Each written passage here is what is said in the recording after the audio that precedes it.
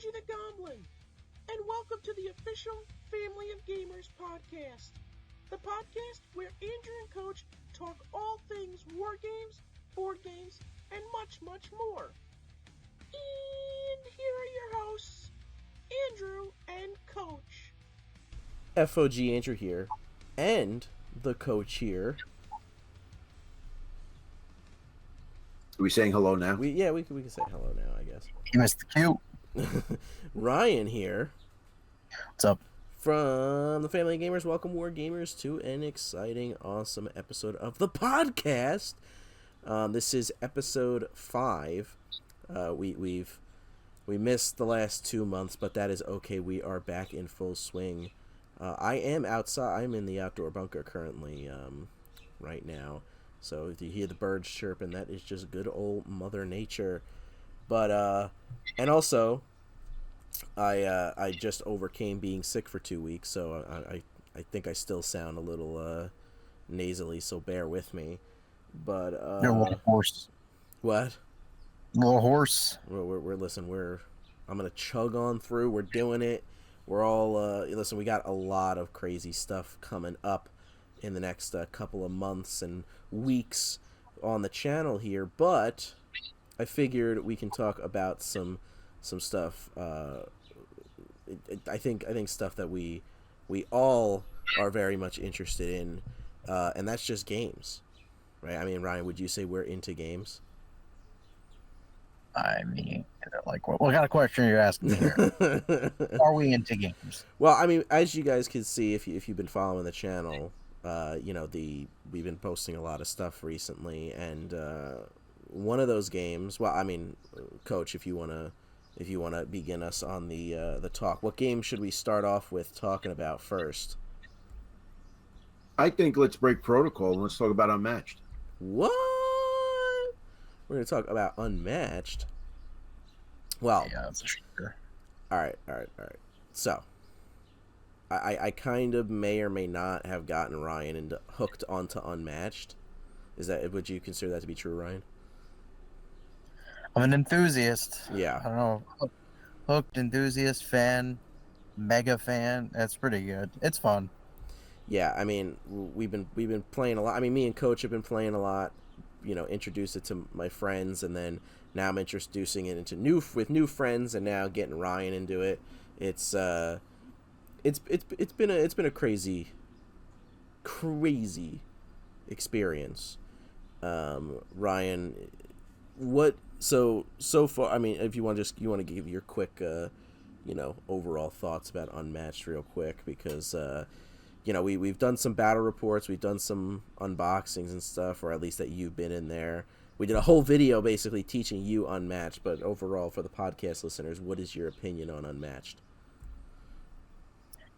Yeah, I think it's easy to learn.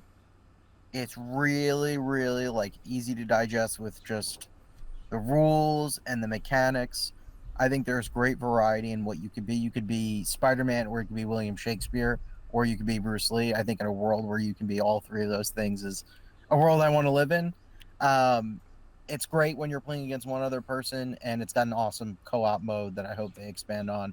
And it's a game where they're constantly adding new expansions, which to me, the game is alive and well, and people are playing it, and it's fun to play, and that's always a good feeling. So if you're not into it, check out some of the videos, make an informed decision, but we are big fans of it on the channel.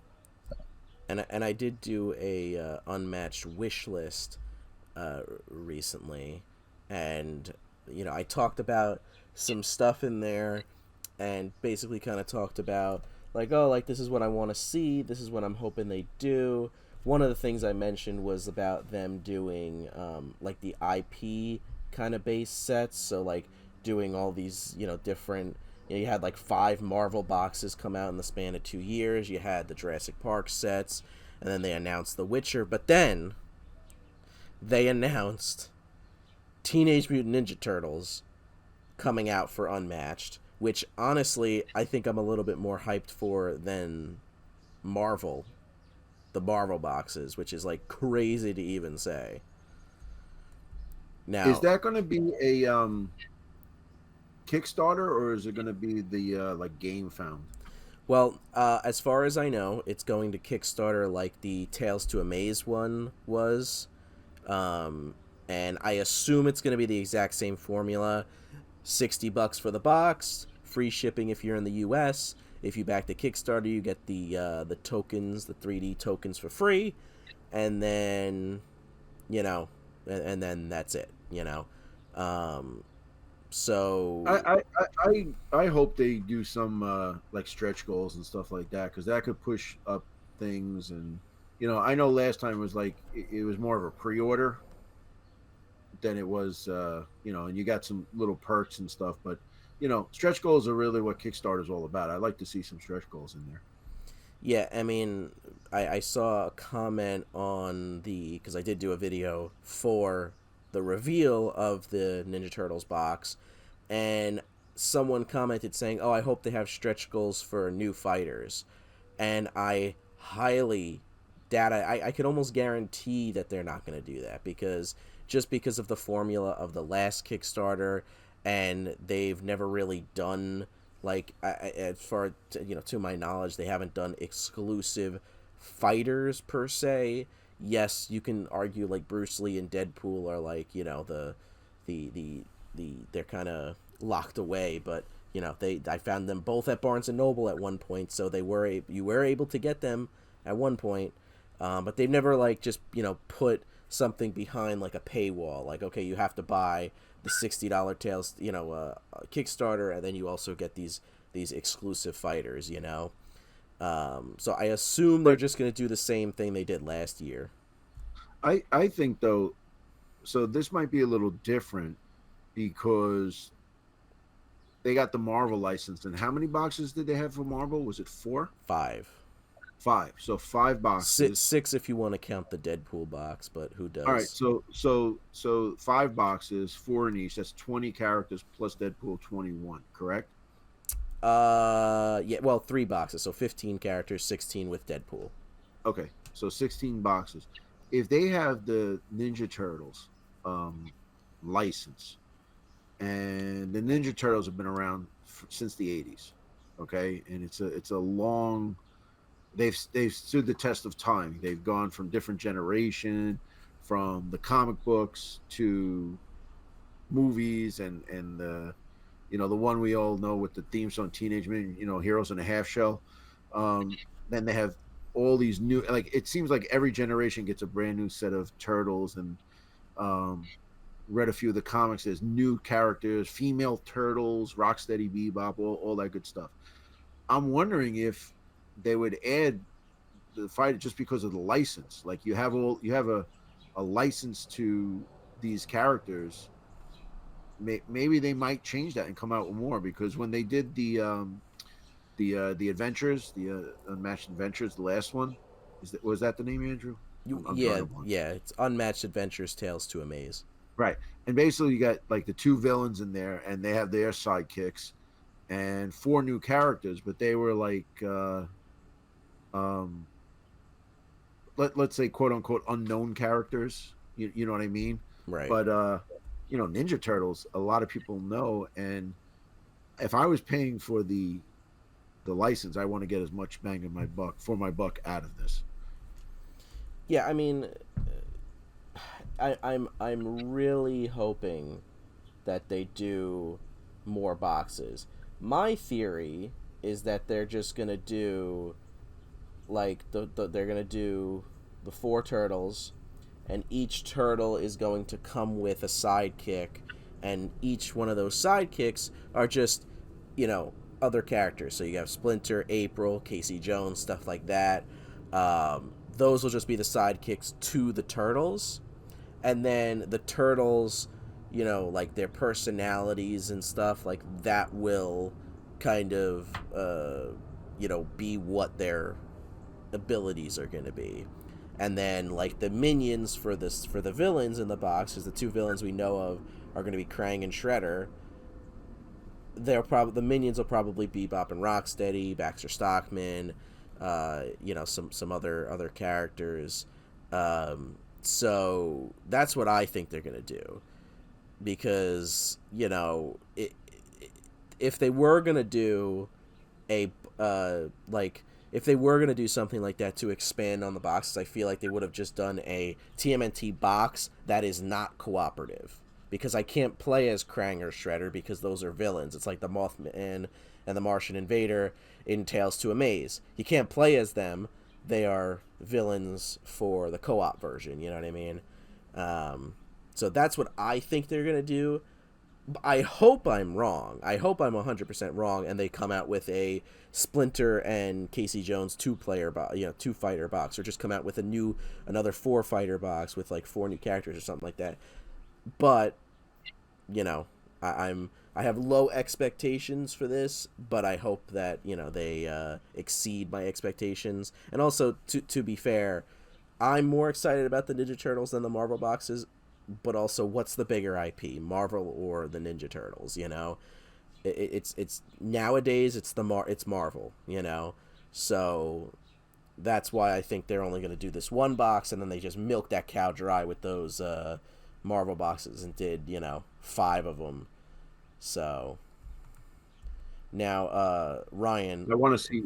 I would like to see Krang at a certain point fall out of the mech suit and go in his like his little floating thing and start like shooting or whatever. Like, you know, more mobility. I'd like to see something like that.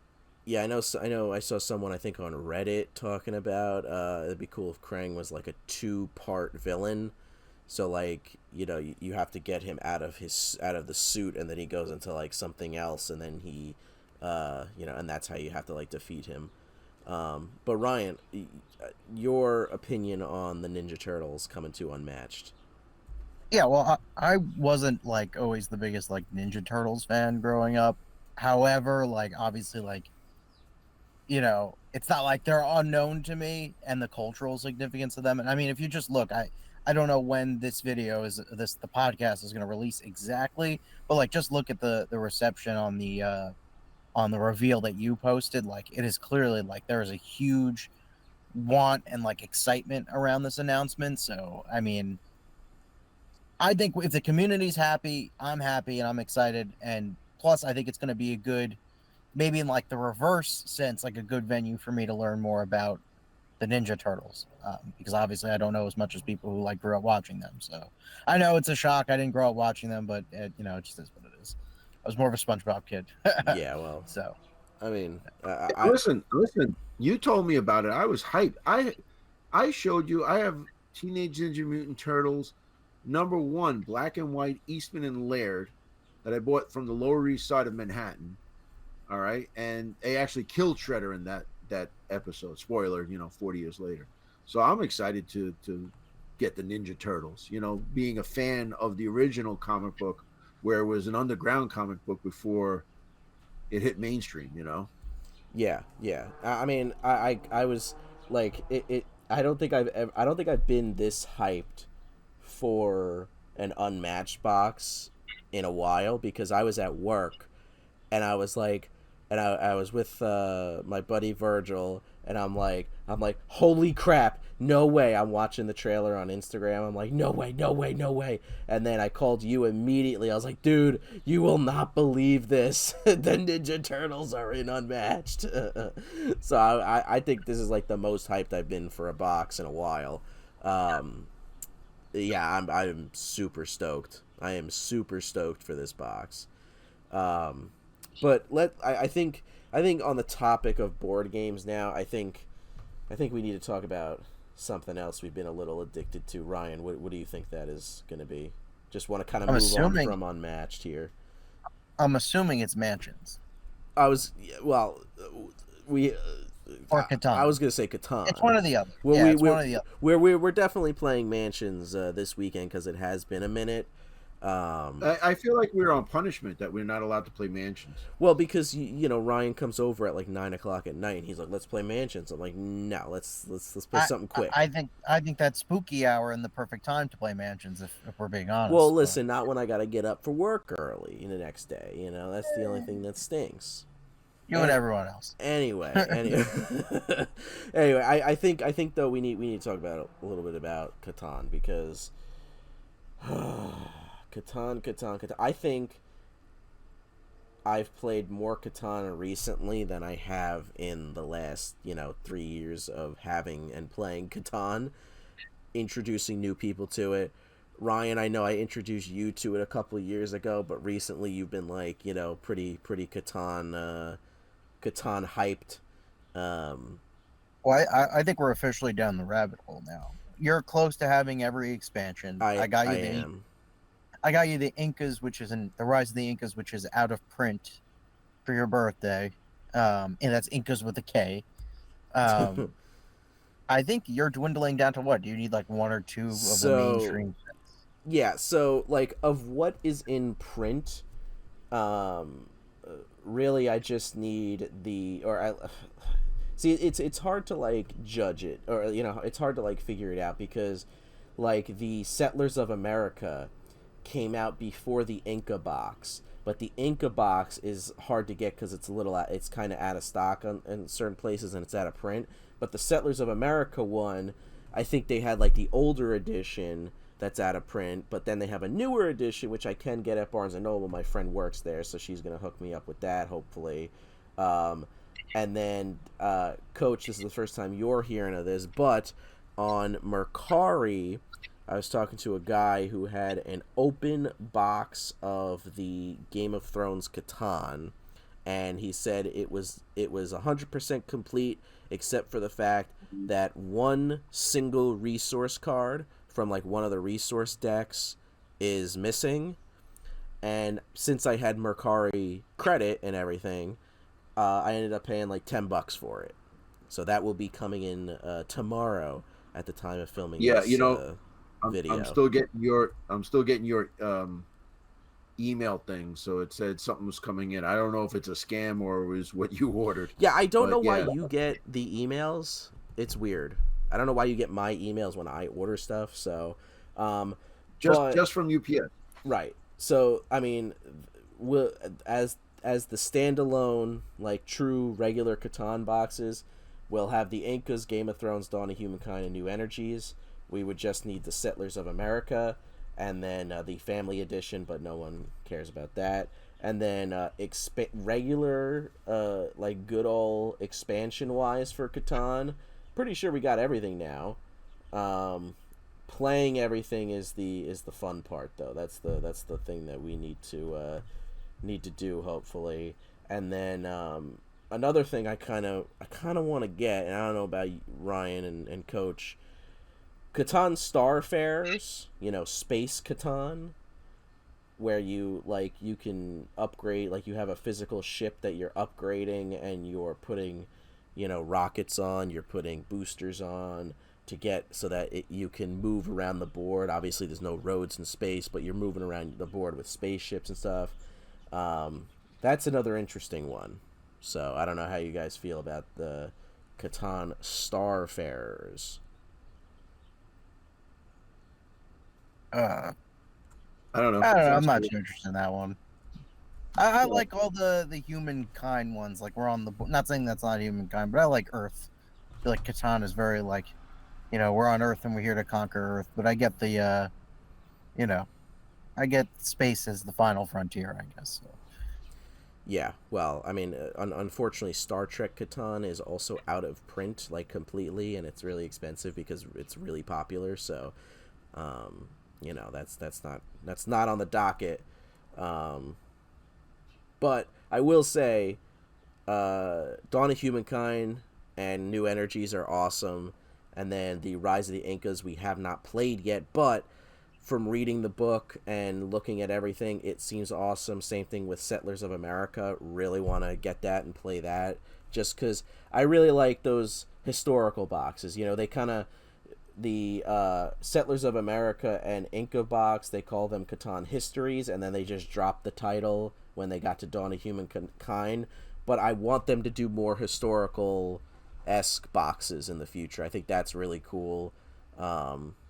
I did do a Catan wish list as well for Christmas in July, so you guys can check that out if you're interested. But I did mention, like, more standalone boxes, or even more like, small scenarios for just base Catan would be cool to get too. But but yeah, no, I'm definitely we are Catan addicts currently. Yeah, I We have mean, to play and on the Cities and Nights. sorry, go ahead. Sorry, go ahead. We have to play Cities and Nights. I know. We are gonna get to that. So because I do want to do a full Legend of the Conquerors playthrough as well as Legend of the Sea Robbers, and do the whole campaign. I think that one would be pretty cool, because like that's like you're going through as a campaign, and it's like not just regular like regular Catan. You're gaining stuff that'll help you in other scenarios. So it's very different. It's very cool. But yeah, Ryan, what were you gonna say? Well, I mean, speaking of the historical part, I think we're missing out on something we discovered recently. I don't know if you wanted to cover that, but What would that be? Age of Empires. Yes. So that was another thing.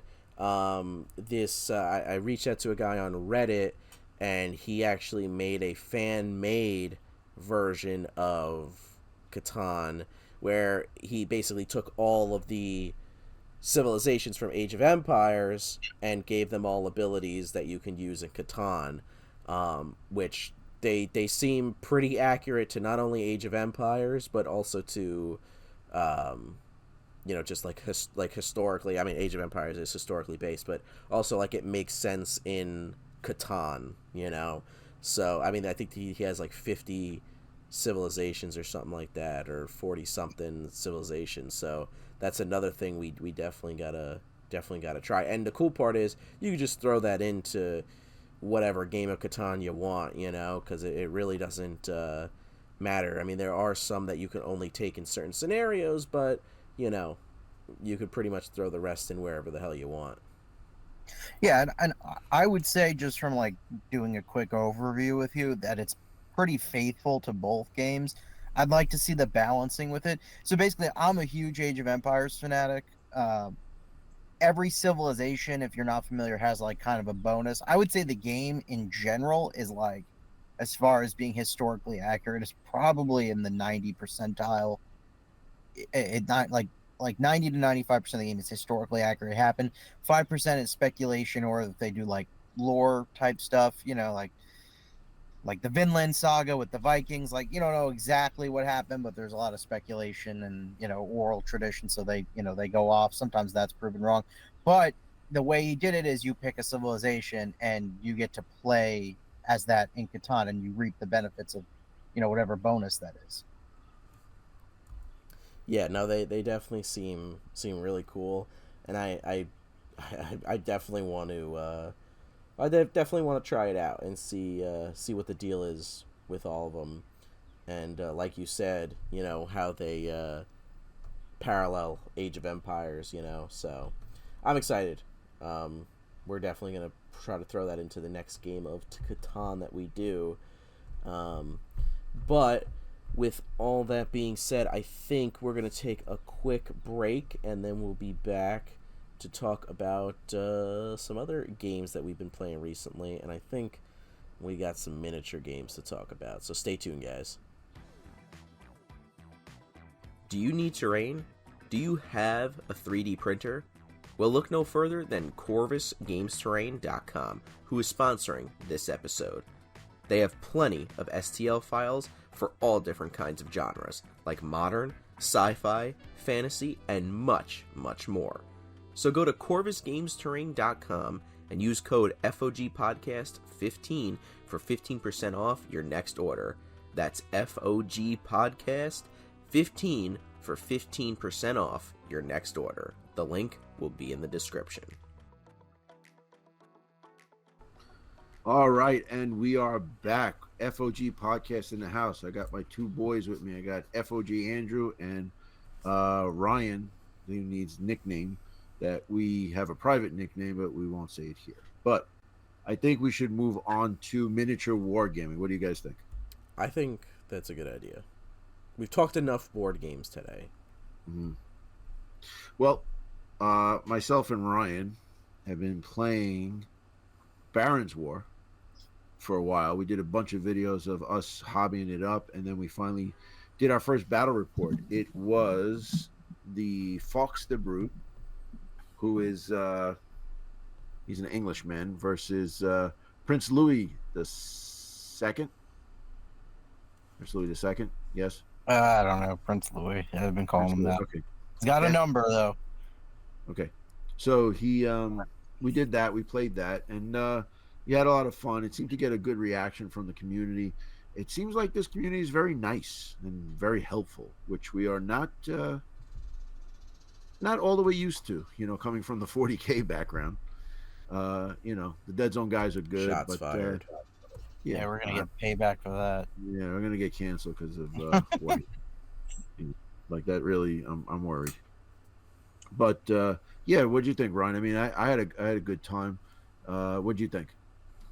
Yeah, no, it was good. And honestly, like there was a point where that was probably either our third or fourth game playing, which was the one that you guys see on the channel that we filmed. I think I felt good in that one just because we played a game previously and we were so confused. I think we were like, I don't know if we can do this, basically. But I think like there was just like a point where we talked about the rules and you were watching videos on it, and it was like, okay. And in this game, we just got a good grasp and feel of it. A lot of morale. Yeah. I made a bunch of cheat sheets that really helped out too. That was helpful for me to get through the game with that.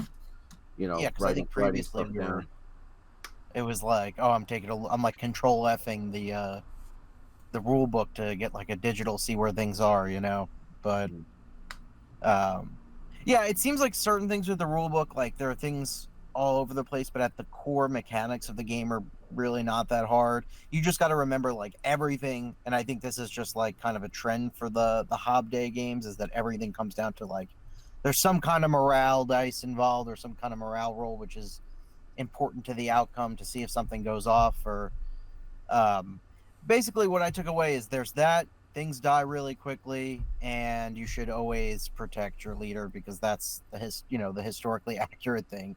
If you guys watched the video, like the game ended once Coach's leader died. So way to spoil it. Well, it's been out for a bit. If they haven't watched it, go watch it. You don't know how it happened. You just know it happened. It's not about the ending. It's how we got there. I think with this game though, it's a very crunchy rule set. There are a lot of certain minute rules that you have to learn right off the bat, and everything comes down to the morale check and the morale dice because they are a huge part of the game. So once we got past that and the difference between weary and broken, it really helped us. So yeah, it was a lot of fun. I'm looking forward to it again.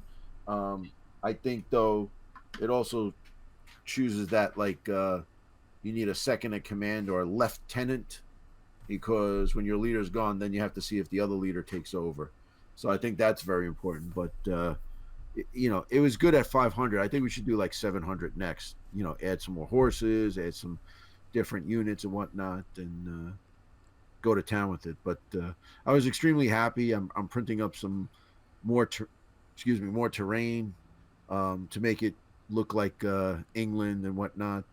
So and I'm working on some stuff now. So I know they never went to Northern Africa, but they're going to go to Northern Africa.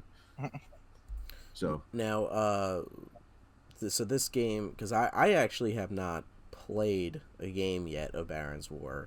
I kind of let you guys take the reins on Baron's War stuff. So you hear that, Ryan? He let us take the reins on Baron's War. We were allowed. I'm sorry, we didn't. We'll ask your permission next time. Yeah, no, I'd appreciate it if you would next time. I was a little iffy on you guys getting Baron's War, but Andy Hobday, he had the Riz at Adepticon, so. I think where you're at now is, you don't get really a say. Like you're becoming a Welshman. We're speaking it into existence. So. I will be playing the Welsh. I don't know how it happened, but I will be playing the Welsh. No, they had the blister packs at his booth, and I saw them, and it was just like, yeah, Andrew's going to be the Welsh, and I just kind of kept saying it, and now, the next purchase is lined up. It might be in the cart already. You know, you're getting the Welch. You're going to have some leader with some unpronounceable name, and you're going to master the longbow. It's going to be all you. I think the Welsh are incoming soon, so we'll see what happens. But now my question to you is crunchiness compared to Test of Honor and Mortal Gods, Coach. How is that? Because we played Mortal Gods, we played Test of Honor. We love both of those games, especially Test of Honor, and that game's pretty simple. Is it like a step above Test of Honor, or is it at about the same level? It goes Mortal Gods, Test of Honor, and then Baron's War, in that order. As what's at the top? Crunchiness. So Mortal Gods is really throw down the dice and go. It's very easy rule set. It's not that hard to figure out, and if you don't know the rules, you can kind of fudge it, and you're pretty much right. Test of Honor, the whole point of Test of Honor is to show it's not so much your basic troops, your Ashigaru troops, but how powerful characters and samurai are. Which we've played. Like, we've had games of Test of Honor, and Andrew and I, where one samurai will wipe out 5 or 6 guys, without any remorse or looking back. I would say they are not honorable, which is good.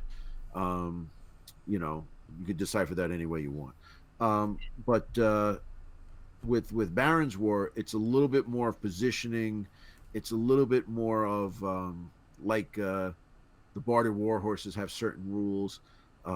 Certain weapons have keywords that affect other groups. There's more rules intact to it. So it's a little bit more like, when you play a war game, you have to study a little bit. That's the thing. It's not like you said. Andrew's good though. When he gets a board game, he kind of researches a lot before we actually play it. So it's. I mean, I do that before I even purchase it. Yeah, he'll order it, and then he watches Rodney, and then reads the rule book and stuff. All right. It's with a war game, it's a little bit more where there are certain rules and things like that, and also when it comes down to hobbying, because I know now playing this game, I'm gonna have to. I like to get like William Marshall, and I'd like to get more horses, and I want to get some longbows because they seem to be okay. They seem to be pretty good, especially with they have a rule any bloody Sunday, so they can move and shoot, but they get a little minus for it. So it's very crunchy, but it's just one of those. It's like muscle memory. You just got to keep doing it. I mean, we had that game was our best game, right, Ryan? I mean, we played a few times, but that was the one that I'm glad we got it on tape, because we tried to tape once before and we're like, it was not good. It was like let's and it's bad too, because then the taskmaster comes downstairs, is like, what do you mean you guys didn't finish taping? Can I tell you something? That was so funny that he was like, when he left I don't know if you left for work or something, but you wanted to do something later, and you were like, well, if you guys do Baron's War, you're not going to be done. We were like, no, you're being ridiculous. Things die quick. He comes back. He comes to the basement. So we're rounding on. We're like, we're muddling through round 1. I think it was like 5 hours later. I think I was. What was I? I was at work like 9 to 5. Ryan, you came over at like 10 o'clock, and I was like, what are you guys gonna do? Oh, we're gonna play Baron's War, and I'm like, okay, no problem. And then I get home. It wasn't okay, no problem. You had a problem. There was a problem. No, I didn't have a choice. I had to not have a problem. The exact quote is like, well, I guess we're not playing Catan tonight. Well, you said we were playing Catan, and then and then guess what happened? I did play Catan, but not with you guys, because then it was like 11 o'clock at night, and Ryan came up. He's like sweating. He's like, okay, we just finished. I'm like, okay, well, and that was unusable. But like sometimes it's like, obviously that's a flop, but sometimes it's worth it, because I think it really sat us down and was like, okay, we got to learn the rules. Well, that was the turning point game. That was the game that we played, and it was like we had all these questions, and it sent us into an educated way of following, like what questions to ask. And then when we played this time, I'm not going to say, I reading the comments. There was a few things: the morale dice, and then the weary. That's what got us, because when you're tired, you get a weary token, and when It's you're always weary, +1, yeah. yeah, you're tired, so you don't shoot as good, or you don't fight as good, or whatever. And it makes sense, it makes sense. But those are things I think we have to get used to, that because that mechanic is something different than any other game that we currently play. I don't know if it's in any other games. I know that they wanted to bring that into Dead Zone, and then when I was still on the rules committee, I cut that down. There was no way we were putting that in there. But it's in this game, and then we just that. I think that's the thing we got to remember. But I think the next battle report, some more units, some more points, and more upgrades. I think the upgrades is the way to go too, because we were talking about that, and like there's almost no rerolls in the game, and you have to upgrade to get it. So, and that's another thing too. My favorite part of the war game is the list building, and so I'm looking forward to the next game. We'll probably play the same thing. I don't know if I'll take Fox or I would take a generic Lord, but you can technically take whoever. Yeah. I will say though, there are two things that if we're messing up, this is what they're likely to be. One, if something seems like it's missing, it's probably morale somewhere, like Right. with the weary token that added to the morale. And two, there's a whole section on psychological effects that I don't even remember encountering at all. So, I saw that and then I felt broken in real life. I think the psychological is, it's in the main rule book with the knowledge of other stuff coming out. So you know what I mean? Like, let's just say the English and the French really hate each other, and it's like that would be the hatred towards each other. Or maybe when the Vikings come, they might have a fear aspect to them. So I mean, I'm not sure. I'm trying to just shooting from the hip. But Ryan, what would you like to? I mean, Andrew's going to be the Welsh, and we do have a Templar player, but He's hopefully that'll come to fruition. But I was thinking of just doing some Templars up, and then get that going. Well, there's Conquest that we're missing. I think Conquest is before the Barons' War. It's William the Conqueror's conquest of England. So basically, it's him in Normandy, which is northern France. It's the Vikings under King Harold, like coming in from Norway, and then it's the Saxons. It's Harold the Saxon, who are like, we're the king. He's the king of England, and basically they duke it out. And long story short, the Normans come out on top. William's on the throne, but it's just that the battle to get there. I think those three factions are available one way or another to purchase, on the store. So, I mean, the Vikings make sense. So, well, that's like what would be the next faction or army that you'd like to do? Because I got to tell you, I got to give a shout out to. I don't know if this guy probably doesn't listen, whatever, but on Spotify, I found this thing. This is History with Dan Jones, and he's like a professor of history, and he talks about basically from what you just said about William the Conqueror, and then the whole Plantagenet era, and the fights with King Louis, and he does a whole history of it, and then they go through the Magna Carta and whatnot, and it's very good. I listened to it going to and from work, and it was excellent. They're about half an hour a piece. It's free on Spotify. You got to deal with commercials, but it is what it is. But it was really good because I like listening to that, and I'm like, oh, okay.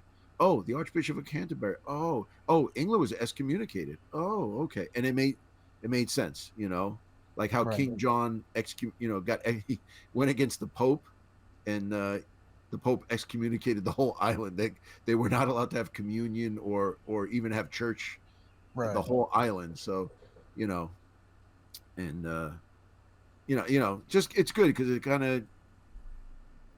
No, I mean it's the game. It's everything that's around the game, Right. But what I'm saying is, it kind of like made me want to research and look into it more. Like when I was playing Test of Honor, I knew a lot about samurai history and culture, but then I decided to read a little bit more and brush up on stuff, and I'm like, oh, okay, okay, okay. And then that also translates to the hobby where I have a bunch of boxes with leftover heads, and in feudal Japan, every army had basically a taxidermist, and what he would do is taxidermy the heads of the upper class samurai, so and they would be trophies.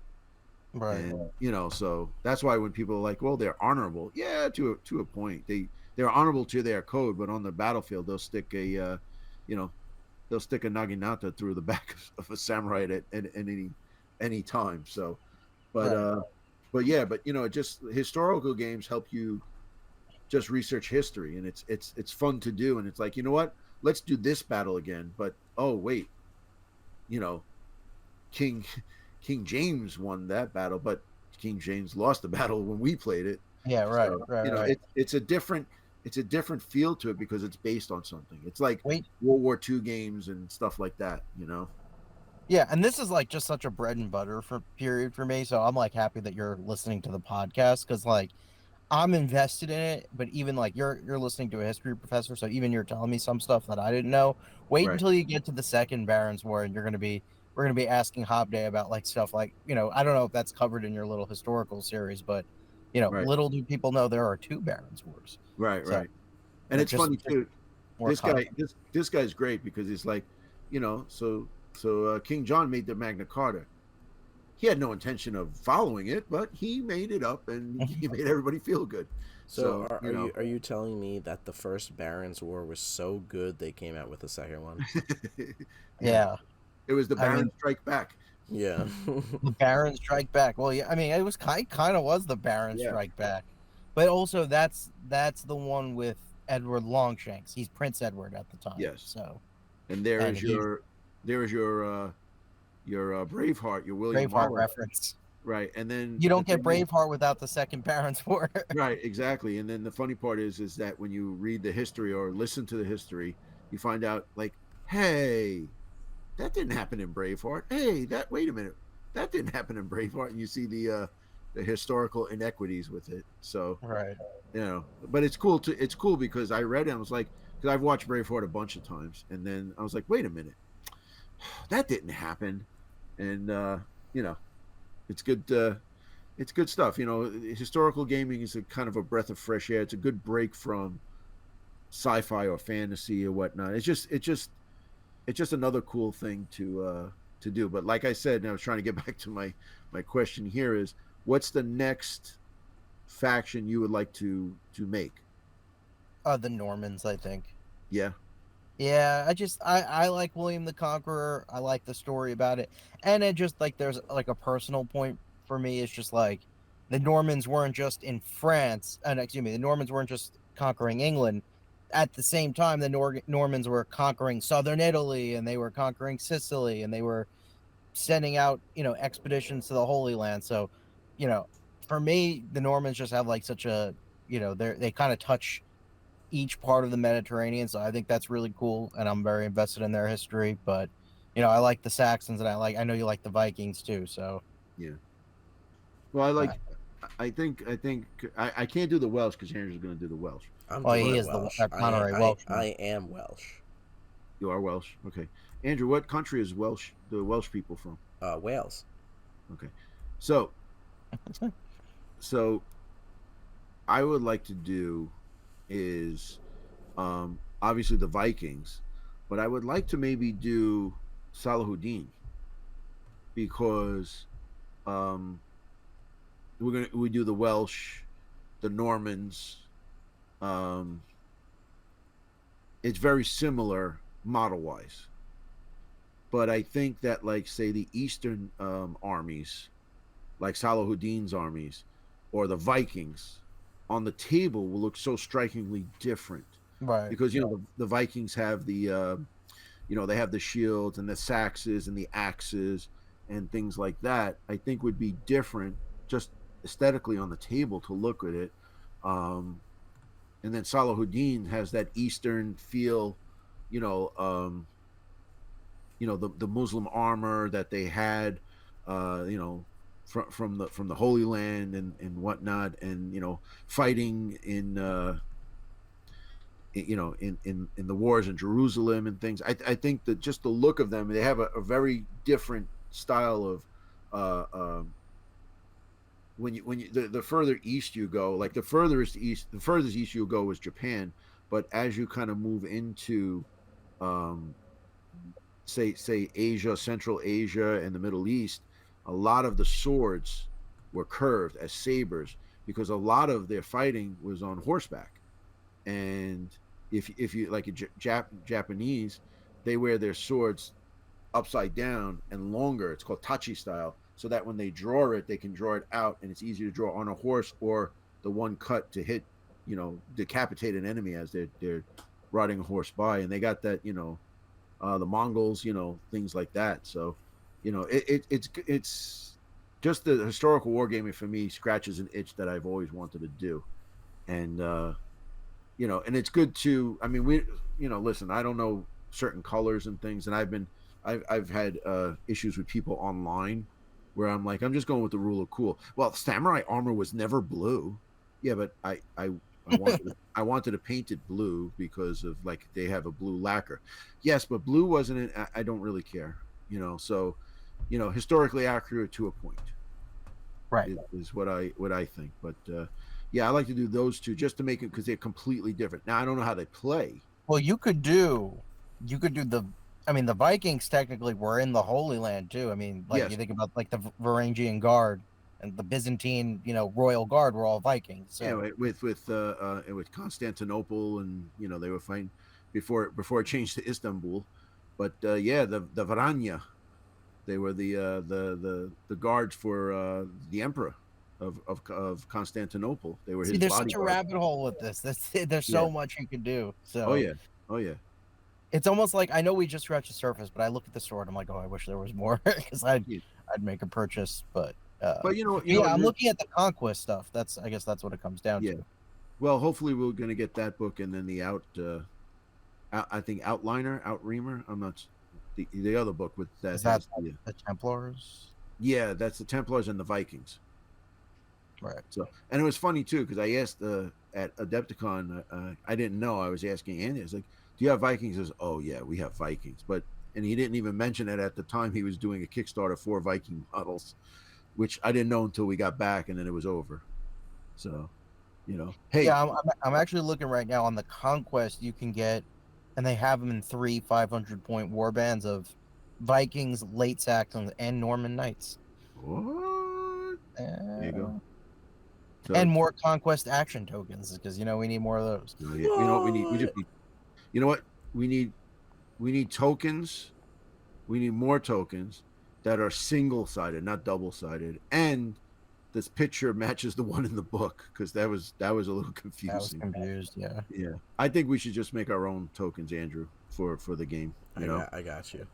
I think Ryan, we should make a token that says like say weary, and then turn it over and it tells you what weary is. Right. Just for us, Just right. So now I think moving on from the Barons War, I think we got to talk about the other game we've been kind of into recently, and that being Ravage Star. Yes. So me and Ryan Ryan and I at Adepticon purchased the Veil Touched War Pack for Ravage Star, which, if you don't know Ravage Star, it's Mini Wargaming's game. Originally, they made the Veil Touched as, Chaos proxy models, and then they turned it into a whole new game. They have the Amari, and then they got the Gorkog as 2 other factions. So we demoed it at Adepticon. Me and Ryan looked at each other. We were like, we need to buy this. We bought the War Pack, which was the last box that they had at Adepticon. So we bought the last one. We lucked out with that. And, it was sitting on the shelf for a bit, and, because we obviously we got back from Adepticon. We had so many games to play, and we were going to get to it. And then Matt from Mini Wargaming sent us a care package with one of the starter sets, which was the Siege of Ankar one, which comes with the Amari and the Gorkog, So now we can do a whole, a whole thing for Ravage Star. We got basically the 3 factions.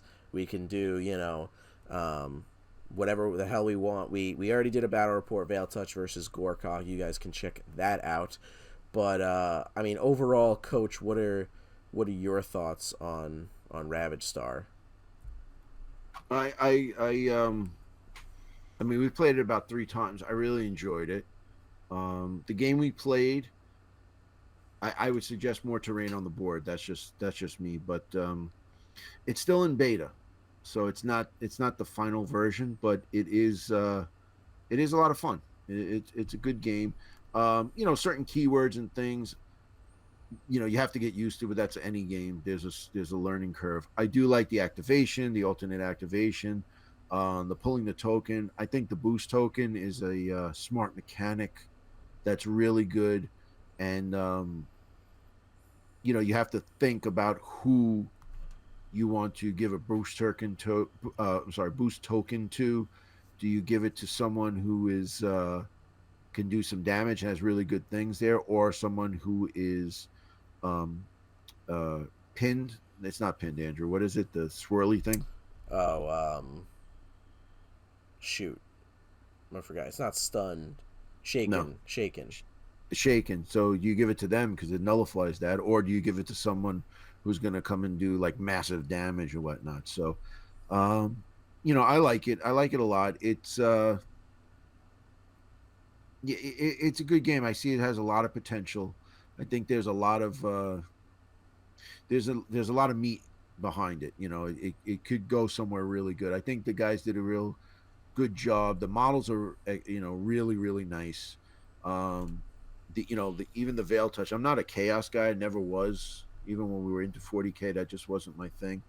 But those models are exquisite. They're really nice. The Gorkog is totally different, and the Amari are just space wars, which, I mean, you gotta love space wars.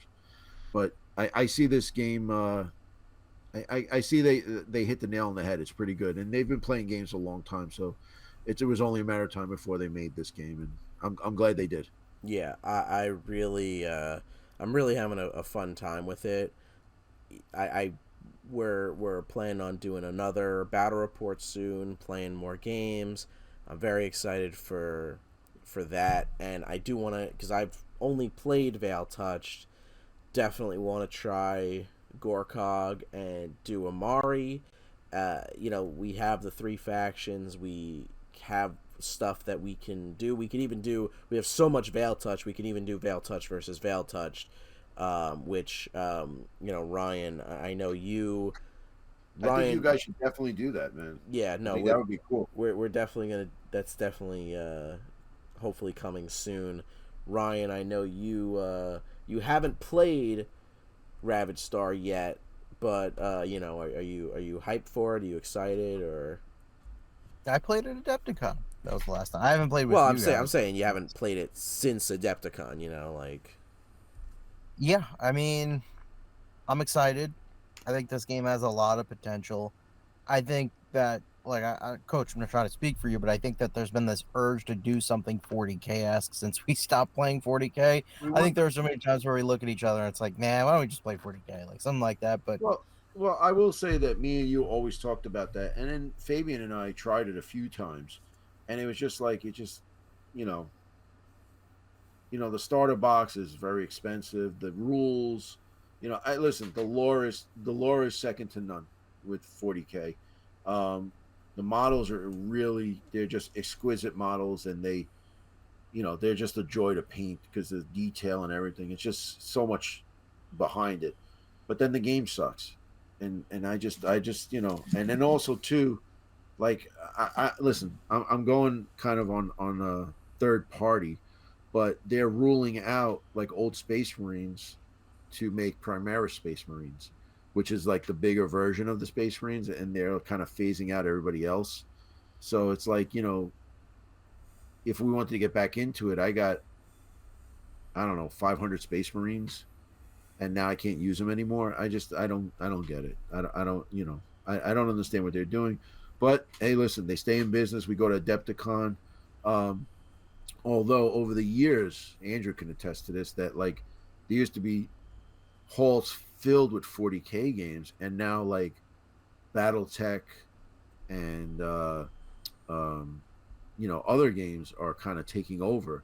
MCP, X-Wing, which I don't want to get into it, but there are a lot of people playing X-Wing, MCP, Marvel Crisis Protocol, um, Armada was at Adept. So there are a lot of other games that are filling the halls. So I don't know. I don't know if people are tired of it or whatever, but Well, I you think know, the appeal for us, toward Ravage Star is like, it's skirmish rules, but on like a mass battle scale, like we can do a 2,000 point game, but the rules stay, pretty much the same. It's, the rule set, I think, is very skirmish level. It's simple. It's just you look at the keywords, you look at what do you got to hit on, how many wounds does each thing do. It's that simple. Like, it's really, when it comes down to it, it's pretty simple, and I really like it. The drawing from the tokens, the boost tokens, all that, I love it. Again, now it's like we have that 40K scale, but with with skirmish level rules. And we've been playing skirmish level games for the last 10 years now, since playing Dead Zone. I think Dead Zone kind of what do you call it? I think Dead Zone ruined our taste for mass battle games, if I'm being honest. well, for you, For me, I will say, I know because honestly, you'll do anything. well, yeah, but I was playing. I was kind of digging Legion, Star Wars Legion. I was, they came out with a new rule set and stuff, and I was digging it. Same idea, squad based skirmish rules. Not too many rules to bog you down, and it was a lot of fun. But that's the same kind of feeling I get with Ravage Star. Right, right. Yeah, I mean, Legion's fun too, but I think Ravage Star really is good. And Ravage Star, like we said, it's in beta. The rules are on a Google Doc, like, so, but it's easy to follow and figure everything out. They got a bunch of scenarios in there that we can play, so we got some stuff. And again, it being in beta, there are some things that need some work, but we're trying to play as much as we can so we can figure it out and then help them, give them the feedback, and so they can fix some stuff. Was actually pretty cool that we did the video, and we kind of have our system of doing battle reports. So we did the battle report, we had fun, and then afterwards we said some stuff that we like to see and whatever. We talked afterwards, and Dave was like, yes, I agree with this. Oh, we're going to look into this, we're going to look into that. So they're really listening to the community. I'm glad, it's like, we're trying to help them out, and they're appreciative of it, just by sending us the starter kit and the having the interaction with them, making the game better. And it makes you invested, makes you want to make it better, and plus we, I know, Andrew and Ryan basically grew up watching these guys on the net, so, Yeah. Yeah, I told Matt at Decepticon, I was like, I was like, little did you know, you taught me how to play 40K in many aspects. So, which was crazy, like, full swing around. I'm, 24 years old at Adepticon. I was like, wow, meeting this guy for the first time. yeah. But it feels good. I'm excited to do Veil Touch versus Veil Touch, and I'm hoping to give them the same feedback you were talking about. I know we were talking about, and I wrote a comment. Yeah, again, it's no, like, we understand where the game's at, and it's not like any kind of damning criticism. Like, we want, like, I think these are two good dudes that are running the game. We like mini wargaming, and we want to support them. And I think, like, just playing it and giving them, honest, constructive feedback to a game we already like. Like, we're sold.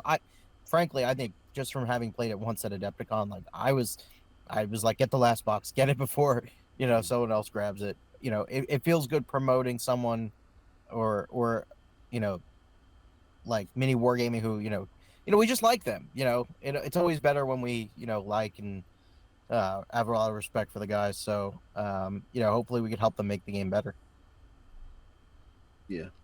It's funny too. Andrew was there, and I think Dave heard you say that to Matt about you guys taught me to play 40K, and whatever. And Andrew was saying, yeah, I watch you guys growing up and stuff, and he goes, you see, I don't understand that. Like, to me, a big star is like Henry Cavill. He's a star, and I go, yeah, but you're somebody's Harry Cavill, and he's was like Henry Cavill, and he goes, and he gave me a look, and he was like, oh, he didn't he couldn't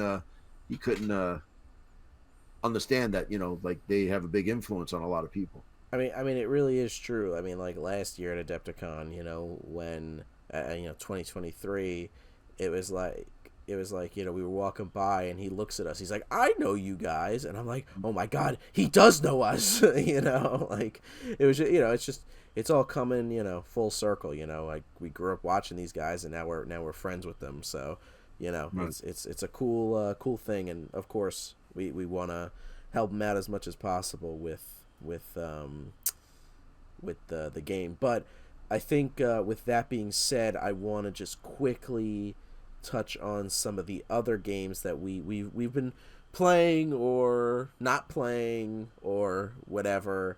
I'll start off just by talking about Bushido real quick. Bushido, Coach and Ryan, you demoed it at Adepticon in 2023, bought it, kind of didn't really play it, and then 2024 came around. Me and Fabian demoed it. We bought some stuff, and now we've been playing it. We did a first impressions. Me and Coach Ryan talked about it on his roundup, but we haven't done a battle report yet. We're hoping to get that done soon and get that out. But Bushido's a fun game. A little finicky at times, but I do like the game a lot. Love the dice stuff with the attack and defense dice. I love all that stuff. I do think I need to make a purchase for some Oni for my Savage Wave, because my goblins cannot stand a chance at all against anybody. So I think I need some more goblins to either hoard the board more or to do to get some bigger Oni characters, because even like the starter set guys, they're really not too good. So, but I enjoyed Bushido so far from playing it. What about you guys, real quick? What do you guys think? Well, I bought every model of the Dissension that's available. Yeah, we picked it up in 2023 Adepticon. We never played it, but liked it, and then we were like, okay, we're here at Adepticon 2024. Everyone's got to at least try it. So I think we spent a lot of time at their booth. I know you played it again. I think we all kind of just, demoed it again, and we're like, all right, we have confirmed that we like this game, and we're going to invest some money into it. So I bought like every Dissension pack they had, the Dissension, like the Bird, Tengu type guys. Yeah, I'm rearing to do a battle report. I've been asking about it for a little bit. I think it's just something that's fell a little wayward because of, we were painting and building Baron's War. I know Rabbit Star, and just, obviously there's still like a focus on Dead Zone, so we're putting time and energy into that. So, yeah, but I'm looking forward to doing stuff. Don't take like the fact that there's no content right now that we're not interested. We're definitely interested in bringing you guys that, and I think your first impressions video says it all. So, Yeah, Coach, I don't know if you definitely. have any thoughts. Yeah, I want to play more Bushido. I liked it. I'm very happy with my faction, so I just want to build upon that.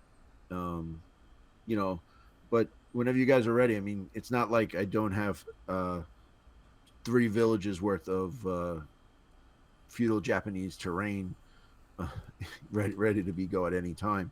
It's not like he has a sake, but yeah, I have a sake brewery with the barrels and everything. So, and also too, the new Kickstarter came out, so I have a lot more stuff to print.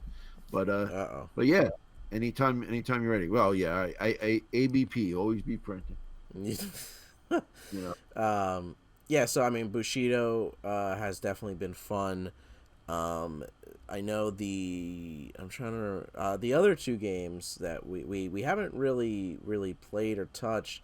One of them being Kings of War, but we're definitely on the road to doing that. I've been reading the book, and you know, you have all my goblins, models, the dwarves and the goblins are ready to go. My goblins are ready We're to all go. ready Yeah. to go. So we just have to actually play it, and then hopefully once we play it, we can start doing some videos on it, because I definitely am interested in it. And you know, I mean, I don't know who the hell knows. The game could suck for all I know, but you know, a lot of people enjoy it, so we'll see. I played it twice. But I played it a long time ago. A long time ago, and I enjoyed it. So, you know,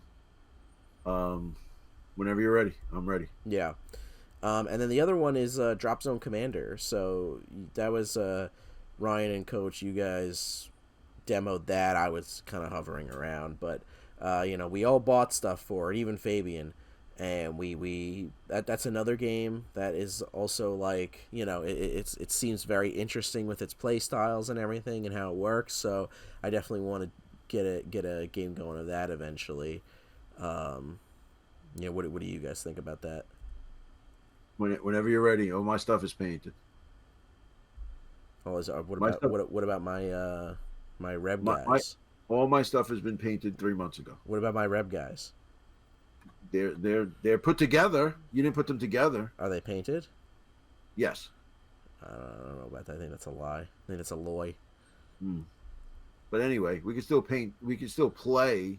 They're all together. We can still play and figure out the game while they're being painted. Yeah, no, I know that. Well, yeah, I have to put them together. We were using the wrong glue for a little bit, and then we realized it after the fact, so it was like whatever. And then again, like, there was just other stuff going. Hold on a second. You were using the wrong glue. You told me to use that glue. Which one? The one with the brush, the green cap. Yes. You know what I'm talking about? That's for plastic, and resin uses super glue.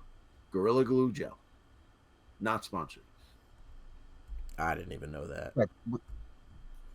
Yeah, but we didn't know. Because the other glue is plastic glue. It melts the plastic, and resin has a different chemical composition than plastic, so it won't melt. I understand that now. Well, there you go. Now, I learned you something. But you should have had known that. Yeah, well, he ain't finna, so. Okay.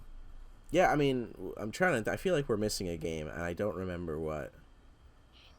There's a lot Rumble of... Slam? What? Rumble Slam? You guys could talk about Rumble Slam. You guys got Rumble Slam, right? We got that. We got that. Not this year. It was the year before. Last year. Yeah. I mean, we have played a couple of games of that, which, again, that's another fun game. But I seem to always pick the faction that, like, sucks, so I don't know, whatever. Okay, you figure a way to figure it in, and then you figure it out. And you figure it out. Put that on a shirt. Yep.